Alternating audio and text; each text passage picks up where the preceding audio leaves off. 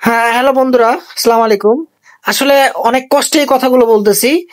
যখন বাংলাদেশের ক্রিকেট প্লেয়াররা যখন বিমানবন্দরে আসবে, আমরা সবাই একজোট হয়ে, দেশের সবাই একজোট হয়ে সবাইকে ওদেরকে জুতা পেটা দরকার, জুতা পেটা দরকার। ওরা ওরা খেলবে গেছে নাকি ফাজলামি করতে গেছে?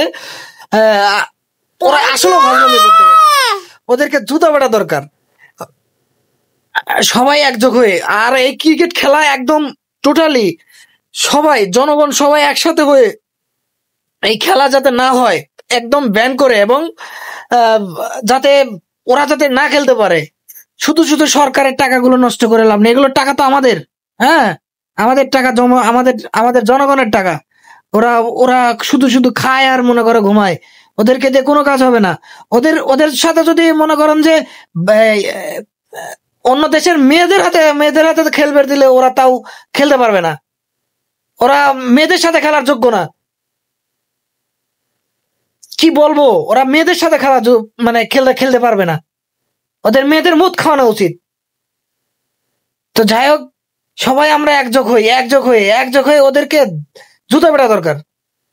ভালো থাকবেন, আসসালামু আলাইকুম।